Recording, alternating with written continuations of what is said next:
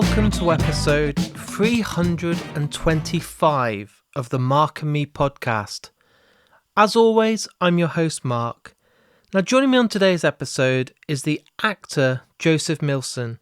You may know him for his roles in Angel Has Fallen, Casino Royale, I Give It a Year, The Dead 2, and we focus today on his brand new film, Warblade. Joseph is one of those people that I absolutely loved the moment we started talking. Just before I hit the record button, we're smiling away, talking about whatever's happened that day, but it felt really natural, not forced, and like I'd known him a long time. And those are the interviews that I really enjoy on Mark and Me. The problem is you only get so long during a press tour, so you literally get maybe 20 minutes, half an hour with the guest. And in an ideal world, I think it's only really 45 minutes that you really get to know someone, start earning the trust, starting to see the guest really open up. But Joseph, even from the first minute, seems so sincere, so honest, and just a lovely guy. And I made sure that on the interview we talked about the possibility of getting together again and talking more, because he's someone that I really admire, someone that I really respect, and I can't wait to see where his career goes as a director also. He really is lovely, and I really hope you enjoyed today's interview. But before we get there, let's quickly touch base and talk about my last episode. On episode 324, which was only a few days ago, I was joined by the British director Andy Edwards. We focused on his brand new film Punch, and I just want to say a massive thank you to everyone that listened, to Andy himself for sharing the episode, and just an amazing response all round. I have so much respect and admiration for British film directors, especially people that are really making a name for themselves and doing it off their own back, and Andy's a prime example of this, so thank you so much again to everyone that took the time to listen. But today's interview, it's all about Joseph, and I absolutely love this interview, so I think the best thing to do right now is to get straight to it. So here's me and Joseph Millson talking all things acting. So Joseph, thank you for joining me today on the Mark and Me podcast. Absolute pleasure. Joseph, what I do with all guests that come on is take it right back to the very start, and I'm always intrigued about how you basically got into the work and the industry, and take it right back to the very early days. So when you were a kid, can you remember those first maybe TV shows or films that you watched that made you fall in love with the idea of being an actor? It was very late on for me. I really was a country bumpkin. I lived on a farm in the middle of nowhere. And, it's hard for my children who are like 21 and 19 to really get their heads round, 4 TV channels and nothing else. And no internet. No. And I honestly, no. And I did, there was no, my dad had been in a rock band when he was young, but he ran a pub and he was an odd job man really. And there was no really a concept of this. I wasn't even sure that I didn't realize where the people in the things I watched came from. And I remember, I haven't thought about this for a long time, but BBC Two used to show interesting films late at night. And I was a teenage insomniac, which actually was real insomniac. When I was 13, that was the year, no big trauma or stress, but I just could not sleep that year. And I read a lot. Want to hear something? I know I'm a kid who was expelled from school. I didn't finish school. I wasn't a great student, but off my own back, I read almost all of Dickens. I just read any books around. My mum loved Agatha Christie, so I read all of them. I just read books. But weirdly, sometimes if I really couldn't sleep, at about midnight, 1 o'clock, I'd go down to the front room and stick the telly on. And sometimes the only thing on was a weird film on BBC Two. And I remember this film. So I'd often miss the start. And one night, I'd obviously missed the start, and there's no commercial breaks. And this thing, I thought it was I didn't know the word documentary, but I was 13, and this thing about these two men was so riveting that I watched this thing and fell in love with this thing. And at the end, there were these credits. And I went, oh, were they pretending? And it transpires that was Midnight Cowboy. Wow. And I was 13 and I was so moved, particularly by John Voight. I know Dustin Hoffman gets all the kind of praise for that film. And do you He's know the what? silent hero. Yeah, John Voight's performance, one scene in particular where Ratzo or whatever he's called is trying to make breakfast for him in his horrible little place he lives. And it was actually John Voight's face, just it wasn't even pity, it was south of pity. But watching this ratty man cooking breakfast in this disgusting place, I went, I don't know what's happening here, but I want to be part of that. So it was quite a pivotal thing. It didn't cross my mind again till I was about 18. But do you know what's mad? I've managed to shake hands and say thank you to Dustin Hoffman and John Voight in That's a my hell of a life. claim. In totally separate scenarios. I've managed to be in a room with them and without being a dickhead, managed to find a moment Compose yourself to, and not be a yeah, to fanboy. say it went Yeah. particularly well with John Voight. I think Dustin Hoffman thought I might have been about to attack him because that was Yeah. on the street where I literally saw him Like, walking with a gun. security, get this guy away from me. Yeah. He's shaking my John hand too Voight, I had much. a lovely long chat with. Yeah. That's awesome. That's not many people Yeah, can so I say thanked they've them both. And I've thanked the said, look, it's a actors. long story, this, because it didn't cross my mind till I was 18. I didn't know it was a thing you could do for a living. And I worked at a theatre from like teenage to older to parking cars, cleaning toilets. It never crossed my mind to see the performances. It was just a place I could work. And then I got adopted by some actors, almost literally. And then they saw something in me and drove me to London, pushed me through the door of a drama school. I went to, now someone's about to deliver something, and my two little dogs are about to make a noise that will sound like Most Doberman, of my but they're not. podcasts have dogs bark, and I've got two Here it dogs goes. myself. Ready? Yeah, here we Look at go. that. That's on cue. That was sorry Do you about know, that. I never edit the dogs out because mine do the No, same, and I think they like their little cameos on the podcast, so why not allow it? absolutely. Yeah. It's not a visual medium. Otherwise, I'd show you these cute little rats. But yeah. So you got pushed through this door, you performed, they saw something in you that you might have not seen No, they didn't yourself. even see me perform. They literally got to know me as a stagehand. Right. I was like a carpenter at the Watermill Theatre in Newbury, a trainee set builder, just because it was a job, it was something to do. And they saw something in me. And I had done performing arts, but only as a way to meet girls, really, at that point. Nice. Um, and then, yeah, basically, long story short, I fell in love with acting at a leading drama school. Whereas most people fall in love with acting, fight their way to get there.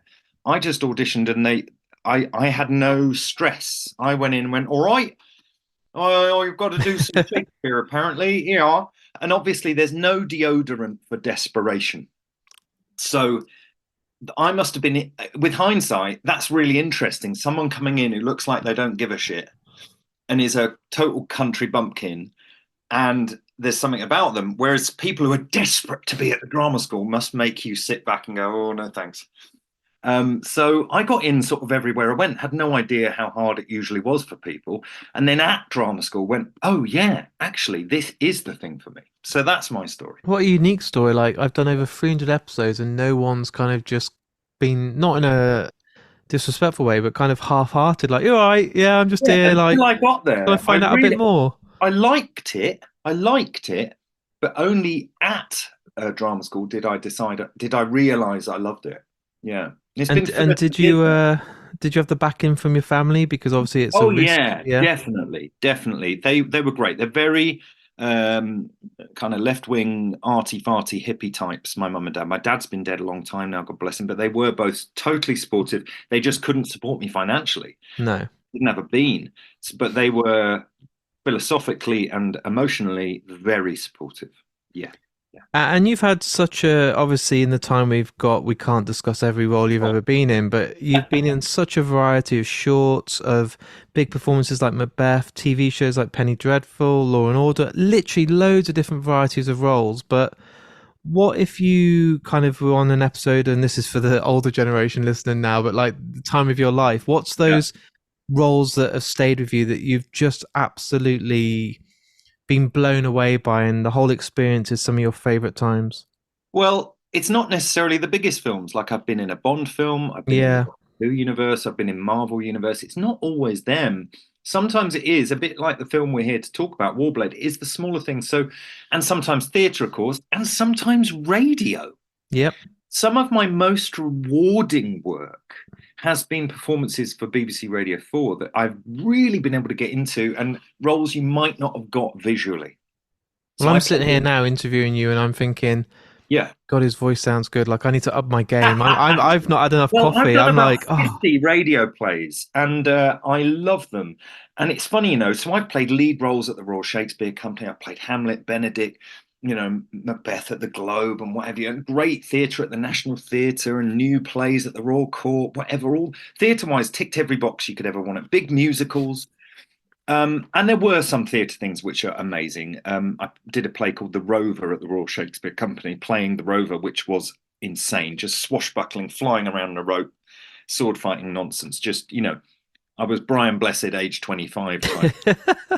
But then radio, sometimes, and I did a horror film called The Dead 2, obviously the sequel to a great zombie film, The Dead.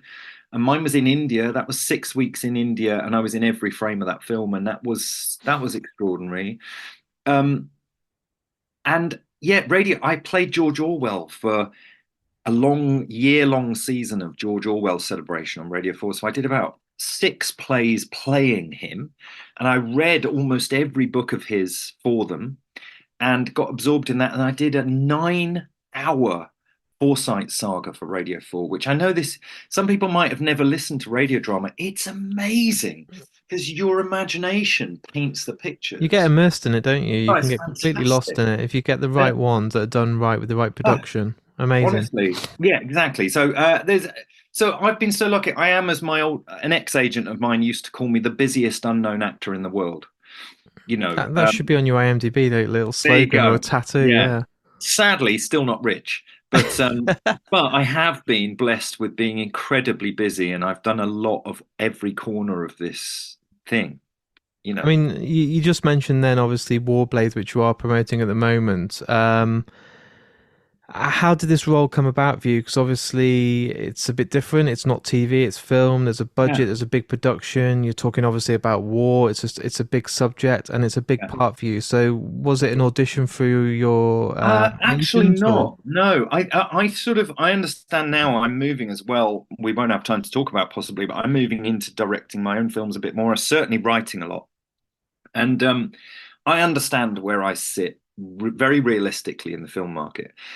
I have been in massive films with real parts, but I'm not a movie star in that territory, in the big thing. But when you move down into the slightly lower budget, I can help sell a film in a certain bracket of film. So Yeah. because they need to put brackets after something, thingy thingy from thingy thingy. And I have done nearly 30 feature films now. Um, Small parts to big, and I've starred in 7 or 8. And I've had my name above title now on about 3 or 4 Universal. I seem to have got onto the radar for Universal Pictures. So I've been name above title on 3 or 4 films for them, a Dragonheart film, a big Christmas movie, blah, blah, blah. Not huge films, but the kind of what we used to call straight to video, straight to DVD, Yeah. now straight to streaming, whatever. And actually, Warblade was a straight offer. And I hadn't worked with any of the team before. I knew one of the producers to say hello to, and I really like Lucinda Thakrar. She's fantastic from Picture Perfect movies, but we'd never actually worked together. So it was a gamble for her and the director, Nick Winter. Nick Winter was suggested me by the producer, and he said, "Oh, I know Joe. Yeah, I know Joseph's work. Yes, he's a good choice." And I thought, oh, great. What's he seen me in? Casino Royale, something really classy. No, no, no. He loved me in an episode of Midsummer Murders. It just shows any role you do can be seen by the You right never know, do people. you? Where I was the baddie of the week, and he saw something in that and he just went, yeah, I did. So I didn't have to audition for this. And it was a joy, Warblade. 3 weeks of real people who want to be on set. Sometimes when you climb up and up the tree, the higher up the tree you go, the more monkeys poo on your head, I think. And with lower budget, and it's not no budget, it's a real film, but we're not talking millions. Of course. And no one is there looking at their watch saying, when's lunch, when you're on a thing like that. No. Everyone's there because they want to be there. Otherwise, why bother? No one's getting rich. We're there because we want to be there. And there is something really worthwhile, especially we shot this summer of 22. So our emotional, psychological bodies were still coming out of all the COVID nonsense. Yeah. So we were all incredibly grateful to be, if I may use the phrase, titting about on a film for 3 weeks. So that pleasure of making it and that gratitude, I swear, comes across the screen. And I think it makes it a more enjoyable film because it was an enjoyable shoot, you know?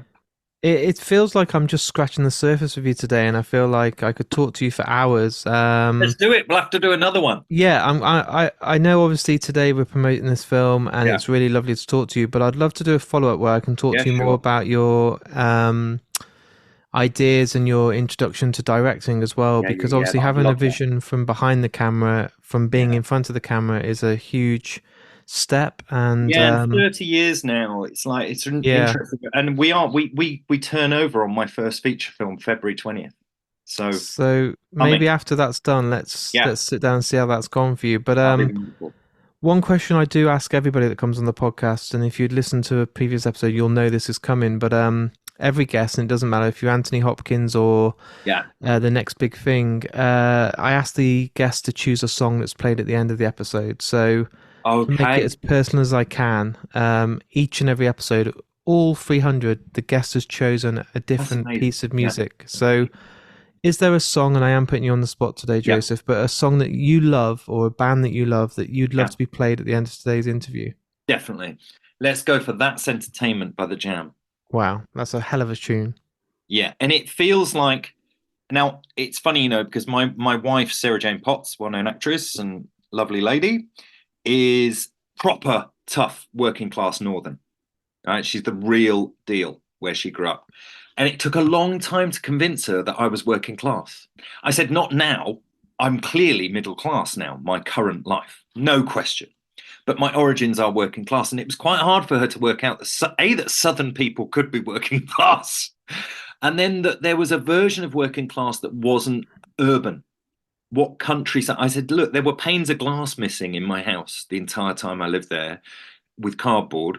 And we lived on one stew dish that went on all week. We had no money. And so The Jam, growing up, Paul Weller's voice and lyrics of The Jam always felt like he was talking about me, even though he was talking about council estates. And I didn't live on a council estate, but I lived on a shitty place in the middle of nowhere with a lot of fun and trees around. But boredom was a real thing. And I think boredom is very productive. And my children's generation don't really explore boredom because the phone's in their hands. There's too much, isn't there? It's a distraction now. There's something about this song, and if you're only allowed to play an excerpt, I'll play the whole track. Oh, amazing! Well, the lyrics, this song just celebrate the kind of glory of, and it feels like my childhood in a bottle, this song. And I am blessed with having had a happy childhood, but there was a lot of boredom. Yeah.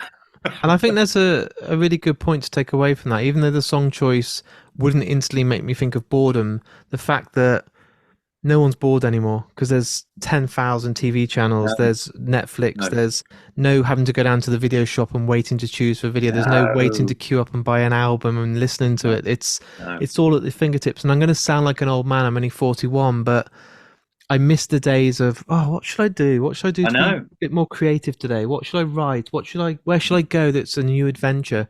Everything is there for you. I agree. And I think you can feel, we could talk for hours clearly, but you can feel how people do still yearn for it because everyone wants to have a go at meditation. Yeah. What meditation is enforced boredom. It's kind of pushing the pause button, isn't it? Kids of the kind of whatever generation we are and south of it, effectively we meditated. We stared into the middle distance a lot, and so actually boredom is meditation, and it's a healthy thing. And people now pay for it. People pay for boredom. So people will now go on a boredom retreat. That's how I look at it. in a big tent in the middle of a field. Yeah. Like this is And paying for it's boredom. tricky. You sit cross-legged and you struggle, but actually when you give into it, something golden always pops out of nothing. This is all gold, and I There wish we you had go. a couple of hours, but It's all let's good. let's make sure we Deb will sort us out to talk again, and if of not, course. I'm easy to find. Yeah, we can do this as an introduction and tease all the listeners, and then they can come back for more very soon. Brilliant, brilliant. So there it is. There's my interview with me and Joseph Millson. And as I said at the start of today's interview, he's someone that I'm going to make sure comes back on the podcast within the next 12 months. We only had 20 minutes. We covered a lot, but I know there's a couple of hours that we could sit down, hopefully face to face in the near future, and talk a lot more in great detail about his acting, about his directing, and so much more. It was an absolute honour to have him on, and I can't wait to see what we do next time we're together. And as you heard, we talked about his brand new film, Warblade, which is on digital now via 101 Films. So after today's interview, go and check it out. And as always, let me know what you think on any of my socials. I read and respond to every message I get and every post I see. And I really hope you enjoy the film and especially his performance. Also, if you were listening today to Mark and me and you want to support me, there's a couple of ways you can do this. These podcasts will always remain free. I'm never going to sit here and start charging for a podcast because that's the world we live in. All these podcasts out there by all these amazing people are always going to be free, and that's something I'm going to stick to forever. But what I do ask is you to share it. I say it on each and every episode because it's crucial to the growth of Mark and me. So if you're sat there today and you're listening and you're thinking, yep, I can do that, why not just go on your Facebook and when you see the post about this new episode, hit that share button. If you're on Twitter, there's a retweet button. And if you're on Instagram, you can share it as part of your story. If you don't want to do that, then just hit the little heart button because that helps this algorithm, gets more people to see it, and hopefully build a whole new audience for Mark and me. If you do want to go that little bit further and help me, because I am an independent one-man team, I do have a Patreon account. This basically is like giving me a tip if you were going to the restaurant. All it is each and every month you can subscribe for as little as £1 a month. There's different tiers with different benefits, but for that you get an exclusive episode which is only available for people that support me via Patreon, and that's called The Lost Tapes. On top of that, you also get an exclusive welcome pack, and that pack includes a badge, stickers, you get a monthly newsletter, and so much more. And I make sure that I really look after my Patreons to say thank you for supporting me. Before I go, I do like to give a big shout out on each and every episode to the sponsor of Mark and me, Richer Sounds. These guys are the best out there if you're looking for a new TV, a home cinema surround sound system, a Sonos, a record deck, or just some amazing headphones. Go on richersounds.com or visit one of your local stores, and honestly, those guys are the best out there. And thank you again to those guys for supporting Mark and me. It's been really manic lately, and I've got about 15 episodes to edit for you guys at home. There's such a range of guests to show, and I'm not going to lie, I'm falling behind, so I want to be getting episodes out every few days to kind of play catch up. But also, I'm really pushing a lot of focus this year on my YouTube channel. I really love seeing the videos and seeing the response, and it does get a lot of comments and a lot of views. So watch out, because this week I'll be launching a brand new video on there and a whole new project which I haven't shared yet, which is exclusive to YouTube, and I can't wait to share it, and it will be coming in the next couple of weeks, so stay tuned for that. So I'll be back with a brand new episode in literally a couple of days' time. So until then, please keep yourself safe, look after each other, take care, and I'll speak to you all very soon.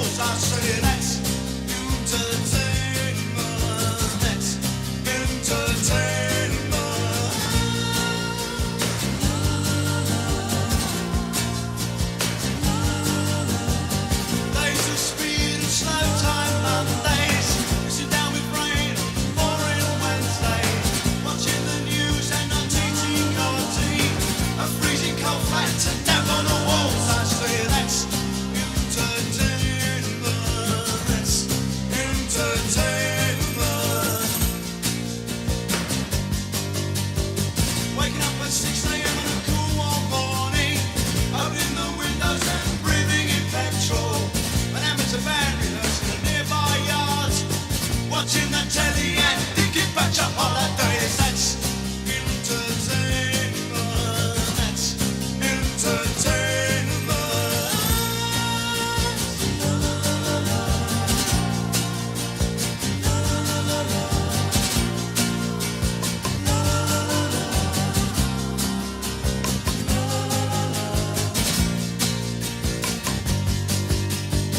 Waking up from badges and smoking cigarettes, cutting water and smelling stout perfume.